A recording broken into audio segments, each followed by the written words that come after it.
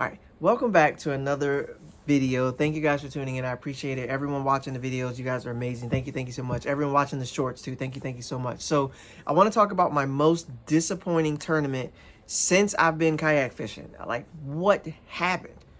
Seriously, if you can tell me, guys, what is going, what is going on? Like, guys, I've been kayak fishing for not very long. I'm literally less than 2 years in, but I've never had a finish this bad. As a matter of fact, to start this season off, and just to kind of recap already, because I've done videos on this, but y'all haven't seen them.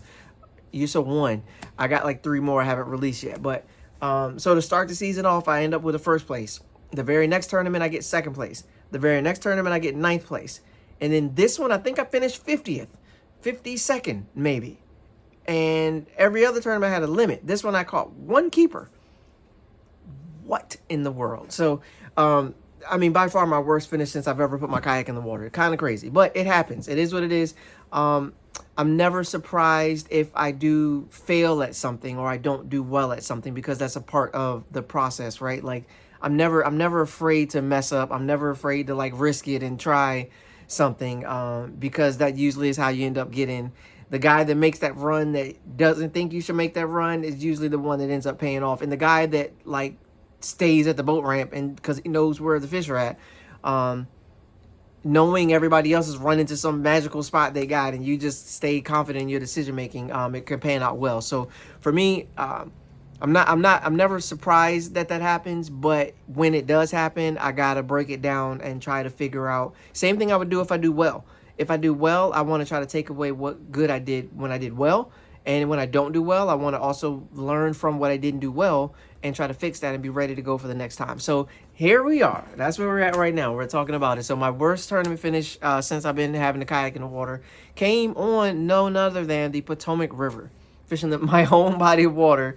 The anticipation, the excitement, the just can't wait till it gets here was all building up to get to this tournament. Then I got here and completely fumbled the bag, like ridiculous. So it's fine, but it's okay. I'm excited. I want to talk to you guys about it. I don't not do well and then disappear, right? If I don't do well, we don't talk about that, just like I'm excited if I win. So I feel like all of these videos can help someone wherever you're at in the process. If you see a winning, you can see a mindset of winning and how to do well. And if you see someone not do good, just understand.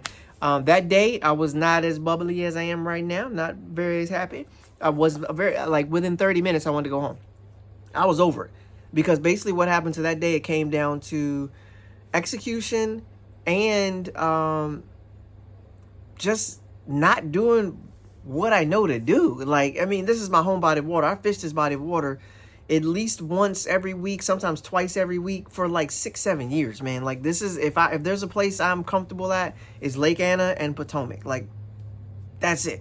Potomac exponentially more than Lake Anna, because I spent way more time on the Potomac than I have Lake Anna. But Lake Anna just resonates with me now. I hated it at first, but now I understand what the fish are doing out there, so I love to go out to Lake Anna. But yeah, guys, I'm on the Potomac. I decided to do 2 tournaments because you can do them at the same time. I believe it's called a double dip or triple dip, but 2, 3, or 4 clubs were running a tournament that day. You could enter all 4 tournaments, and you basically, all the fish you caught, you could enter them in on all the tournaments at one time. Like, it was kind of crazy. So you have a chance at winning 4 pots. So if y'all are ever thinking about getting this kayak fishing, if you have a club that runs them all together, you have a chance at winning 1, 2, 3, you know, however many clubs join in, you have a chance at winning all of those, or at least getting a check in all of those, which is crazy. So something to keep in mind. You can't fish 2 BFLs at the same time. I'm just being real, right? It's one week, one the next week. This one, they have 3, 4 clubs. Now, mind you, you're paying 3, 4 entry fees, but if you're confident in that body of water, you have a chance at winning 3 or 4 checks, or a big fish out of one and winning a check on the other type of thing. So it's really cool format the way they do that. But anyways, we'll go into my day. Like I said, this is the worst tournament I've had. And basically it came down to lost fish. And it came down to like I said, just doing the stuff I know to do. I haven't been on the river since September of last year. September, October of last year was the last time I was on the Potomac. I did not go out there until I practiced on the Thursday before the tournament. That was the first time I'd actually seen the Potomac since September, October, November, December, January, February, March, April. 6-7 months since I seen the Potomac. So to go out there and just be like, oh, here we go, you know what I'm saying? To me, that's never okay. But I did get a day to go out and practice. I felt good about that. I didn't feel good about my practice though. I hit some stuff that I normally hit, and I was not getting bites anywhere. I think it just got pressured a lot. I think a lot of people were practicing, a lot of people were hooking, a lot of people were taking a lot of spots and trying a lot of things and throwing a lot of things. And I think when it came time for that week and tournament week, it had been hit, especially with all the other tournaments that's been going on out there. Since it's fishing good, people catching 19, 20-pound bags, people just be burning it up. So that's fine. That makes sense, but you got to be prepared for that. So I found a spot that was a little bit, in practice, I found two spots that I thought could do well, and then I had some backup, some history, some things I've run before that I was going to run just in case this worked or didn't work, or if it worked and I wanted to try to upgrade. So that was my plan. So tournament practice, it went decent, but I never felt fully comfortable because I never got a bigger bite, at least a bigger blow up or a bigger bite. I never got it to let me know that I was around like 3.5, 4-pound fish. Nothing bigger than a 2. And that, you're talking like maybe 14, 15 inches. That's going to get you 15, 30, 45, 60, 75. 75 won't enough to get it done out here, man. These boys was catching 90, 88, and 87. So you had to get a bigger bite or 2 bigger bites, like 19, 18 inches to make it make sense. So I never got that bite. So I never really felt like super comfortable in my plan. Although I was getting bites, I never got a bigger bite. So I never felt comfortable in my practice plan. But game day comes, I run back to the same stuff. And within 15 minutes, I got a blow up. I'm throwing top water. I got a blow up already. Go to set the hook. Pow. I saw it hit it. Gave it a second, set the hook. Nothing. I said, okay. Another 10 minutes goes by. Pow. Set the hook again. Nothing. And I'm like, what is going on? So over the next hour or so, that happened 5 more times. So I lost at least 5 or 6 bass within the first hour and 10 minutes. So to me, that says you made a good decision. You're in the right spot. Now you just got to get these fish to land. But the thing was, I never felt like they got the bait good. I felt like they were hitting it with their mouth closed, just basically getting it out the way. So I decided to slow down, stop throwing top water. Let me drag a Senko. Let me throw a little tiny worm with a 1/16 ounce weight. Something I could just let sit there, kind of drag it over, maybe a fluke. I threw a popper, something like that. I mixed up. I went downsize, kind of mid. I started dragging. I added some scent. I tried a lot of things that I normally can do out there that usually work well for me, and nothing. I mean, I couldn't get nothing to stay hooked up. So I lost like 5 or 6 fish in the first hour and a half. You're talking a limit is just. I could have been sitting at 70, 75 inches right then, and I could have spent the rest of the day trying to get on a big one. But no, I lost those ones early. So I decided to call an audible, run, fish another stretch that I got on. I go to get over there. There's a boat on it, and he's kind of angling at me. Every time I tried to move over, I felt like the boat was trying to angle at me to make sure I didn't come over on this side. So I was like, okay, whatever. I just faced the side. I started fishing the side of this little area I was trying to get to. Nothing there. So I was like, all right, let me just move over. I moved over to another side. Then I thought I went wide enough, but I didn't. So I got stuck in some grass. And because the wind was blowing so bad, I kept getting pulled further in the grass. So basically, I spent the next like 45 minutes to an hour trying to get out of... Oh, okay. I spent the next 45 minutes to an hour trying to get out of the grass. So I was fighting like for my life. The wind would blow. My propeller would get covered with grass. I tried to paddle, but I'm paddling against the wind and there's the tide, and that I'm fighting and I'm stuck in the grass. Put my propeller, paddle, stuck. I said, oh man, guys, at that point I was like, I'm never gonna get out of this grass. I was like, I'm never gonna get out of this grass. So, anyways, I end up getting out of the grass. I get to my spot number 2. Around like 9 o'clock, 9-ish or something like that, like 8:50, 9 o'clock, something like that, maybe 9:30. Go to the second spot. Wind's blowing so bad, everything that looked good before, couldn't see it. I was starting to see some activity, but just nothing wanted to hit there, and I just kept getting blown so far over. I was like, forget it, I gotta go on the other side. So I go to the other side, I hit some docks, stretch of grass, another stretch of docks, I hit a point, another stretch of docks, more grass, and I mean, Dude, I'm trying it all. Right now, it's like 10:30, 11. I hadn't got a single bite. After the 5 or 6 I lost, no more bites. I ended up catching a short. This is around like 11. I end up going back to the first stretch I started in, try that again, top waters, try a bunch of different things. Maybe one more blow up, but that's it. Obviously didn't get that one in. Hit another stretch, end up getting another short one. By now we're like 12. I go to another stretch of dock all the way to the other side. I try to run that stretch. I try to run the bank. I try to run the lily pads and start flipping. Nothing. Hit another one, nothing. And at this point, it's like 12:30. Tournament ends at 2. So I go over to a stretch of docks, and it's around like 12:45 or 1. I was like, I got an hour. I've gotten the limit out here in 15 minutes before. It's nothing to find out and get it together. So, and I'm looking at the leaderboard. I'm 0 fish. I have no fish on the board. It's 12:30. I've lost 6 fish at this point. At least 6 fish. It might be 8. But I think it's like 6 that I lost. So I go to this dock, and I was like, you know what? I'm just going to have to put my head down, and I'm going to have to pitch this creature bait in the deepest, darkest place I can find on this dock to see if maybe they're just, because everybody's hit this stuff so many times, I'm just going to have to put it where I don't think nobody's gone at all before. Like, no man has gone before in the world. I'm going to have to just do that. I said, let me just do that. So I get to this dock. I go over to it with this creature bait. I skip it up underneath of it I basically line up I look at the dock. I find the darkest part on that dock, and I skip my creature bait up under there, let it start to sink down. No, 1 second, instant, millisecond, fish on.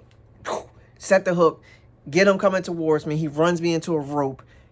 My hook gets hung up in the rope. He gets off and goes bye-bye. I said, you've got to be kidding me.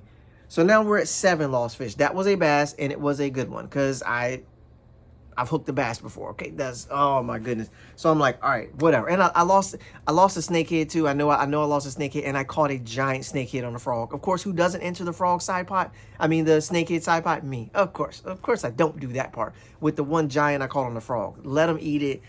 Gave him the business. It was lights out. It was epic. But giant snakehead, whatever. We're gonna move past the possible money I could have got, but that's fine. So I was like, okay. So I skipped up underneath that dock again for the next like 10 minutes. Now we're at like 110. Never got the fish to come back again. Never got another bite out of there. I was like, all right, cool. I'm going to go over the other dock. I'm going to do the exact same thing. I'm going to put it in the deepest, darkest spot. Pitch over there to the next one. Nothing in the first deep, dark spot. Nothing in the second deep, dark spot. Next dock I get to, it's cables underneath. Cable up at the top. 2 cables underneath, like right on the water. I skipped it in between the cables. I said, I got to go make the cast that nobody's making. Make the cast, drops down, hop it one time, fish on. I said, no, you've got to be kidding me. Now I got to figure out how to get him out. So I set the hook. I give him the business. I got this one hooked up. He's hooked up. He's coming. I see him bust his mouth out. I said, oh my God, this is actually a good one. I'm like, this might be 18, 19 inches. This could be what I'm looking for. Get him. He gets to the cables. He gets hung up in the cables. I said, no. I got to get him. I'm fighting him. Somehow I get him to come underneath the cable and pop back up over the cable. So he hops over the cable. I'm like, okay, we're still got a chance. I go to grab my net to get him. The net's hung up in my transducer on my pole on the side. Can't get the net. I'm still holding on to the fish. I got the net in the other hand. Can't get it. End up just pulling the fish over to me, lipping them, getting them in the kayak, and here we go. Finally, we're at like 122, and I've got 1 fish on the board. 18.5 inches. Where were you at all day? The bigger bite, deepest, darkest spot on the dock, underneath the part that nobody would ever want to cast at. Because one, if you're in a kayak, you cast there, you get hung up. Now you got to pull yourself all the way into the ropes and then go. So I risked it. It is what it is. I was going to try to do anything I could to get 8 fish on the board. So I'm like, okay, I got 1 on the board. I measured them. I'm like, at least I'm not going to 0. I can kind of save my season because at least I will get some points. I won't get the 20 points that you get just for showing up. I'll get at least maybe 100 or something like that points. Needed those because I'm sitting in 2nd place for AOI overall. And in the other club, I was sitting in 7th place for AOI. So I'm like, I need the points. So I get 1 fish. He's on the board, and I'm like, okay. And then the leaderboard's off, so nobody knows I'm actually catching anything. So this is a perfect time to go through and burn him up because people probably chilling because they're like, Ty's got 0. He's not even worried about him. So I was like, okay. But I got the 1. I was like, all right, bet. Felt good about my decision making now. We're getting some bites. I got 40 minutes left, maybe 35 minutes left because I had to wait. I had to measure them and all that stuff like that. Probably about 35 minutes left. Go to the next piling, skip up underneath, another deep dark one. sit it down, hop, sit it down, hop, hop, sit it, hop, sit it. It was more space under this for some reason. I was like, let me just keep working this. Sit it, hop, sit it, hop, hop, sit it, drag, slow, sit, hop, smoke. On again. But by the time I did all that, I had kind of like mentally checked out on there was going to be a fish there, because I'd already hopped it and skipped it and moved it and shaked it and shimmied it and dangled it and all that. And then, of course, get him, set the hook on him. I see my line go sideways. I set the hook, and he ends up pulling off. So in the last 20 minutes, I had 3 fish on, lost 2 out of the 3. So I ended up 1. Now add that to the 6 I lost already. I'm at 8 fish lost in one tournament on the Potomac, on a body of water that I don't have a problem landing fish. And if I lose one, usually I can get another one right after that, because they're in that area. They were not coming back. There was no more second chances. There was no follow-up. There was no homies. It was just the 6 fish that were there. And because I cut my live scope, I cut my graph off in the grass, because I noticed that, and y'all can tell me if y'all notice this as well. When I cut the live scope on and I'm in that grass fishing, those fish scatter. They literally just hightail it out of there. I never, when that transducer went anywhere near these Potomac River bass in that grass, they just booked it. I'm talking like they would be coming and they just beeline away. The only way I was getting bites and I had the graph on was like a mile cast away. So I'd have to bomb it 70, 80 feet, 90 feet away, and they would hit on the end of the cast. Anytime it started getting back close to me, one did hit kind of close, and that's why I lost that. I think I lost that one. He hit kind of close. I saw him hit it, then he just shimmied his butt back down in the water. But I'm like, guys, 9 lost fish, 1 landed fish. The percentage is like 10% for hookups on fish. Part of it, I think, like I said, I think they were hitting it with their mouth closed, just coming up and just pow, just hitting it. The other ones are just, I don't know. I couldn't get them in. Couldn't get them in. Set the hook. They be on, pull off. On, pull off. Just like, so anyways, by far my worst finish ever in a tournament. But the crazy part is I went back out the very next week. Huge thank you to Corey. Corey, he fishes the Major League Bass Anglers. So shouts out to Major League Bass Anglers, Jarvis, that whole club. They out there doing their thing out here in Fredericksburg. They fish a lot of places too, but shouts out to them. But Corey, man, I got to get out on the water on the Potomac again with Corey. And we went fishing, man. I had such a blast fishing with Corey, man. We got out there and just lit these Potomac River bass up, throwing Senkos and frogs. It was absolutely crazy. I lost fish again, but that's not uncommon when you're fishing for these type of fish. They grab it, pick it up, move it, and they go bye-bye. But you can usually still get them. So I had a great time, got right back out there, got right back to setting fish, and thanks to Corey and his frog hook set, ended up getting us a nice day on the water on the Potomac. So a nice little finish as well. Again, I caught plenty of fish. Corey caught plenty of fish. It was a good time. So huge shouts out to Corey, man. Pretty awesome, awesome dude, and I had a great time out there, man. So just fun fishing, have a good time. So man, guys, I got to get back out there because I was definitely a little bit scarred emotionally, and it messed me up losing fish like that in a big day, a big tournament on my home body of water, double dip, 2 tournaments I'm in, and I can't land a single solitary fish. I'm not even on the board, and it's 1 o'clock. I got nothing. I'm about to 0 on the Potomac. Like, are you kidding me right now? And I had bites. Boy, that messed me up pretty bad. But it's good. I got a nice little bounce back. Got right back in there in a good spot on the river. Right back to catching fish. And now we're switching completely gears to another tournament. We're coming up. The next tournament is the 5 lakes tournament. So you can basically choose from 5 different lakes. I've already gone out and practiced. I've already caught a 5. Already caught a 4. Already caught a 3. Throwing around using my graph and using my jerkbait. So I'm right back to what I've been doing all year. That's been doing well for me. So throwing a spinnerbait, right back to doing the same thing. So I'm excited. I just got to pick which one of these places I'm going to fish on and see how it goes from there. And we're like 21st in the points overall, and then 22nd in the points overall for another club. So we're still in a good spot. We didn't completely falter. We're doing okay. We just need to, finish strong for the season, because that's literally tournament number 2. We still got a long way to go. We still got to fish the Shenandoah River, the 5 lakes south, the 5 lakes north, which is like Burke and a couple other places I've never been to before in my life. We got more, I think Lake Anna. We may have more Potomac. We got plenty more stuff on the schedule. Rappahannock's on the schedule. We got plenty more things on the schedule to run through and try to see what we can figure out. So I'm excited. Long season. Got to stay consistent. Catching that one fish saved my day, so I'm very thankful for that. And we're gonna try to see if we can do it again. But thank you guys for tuning in. I appreciate it. Catch you guys on the next one. Peace.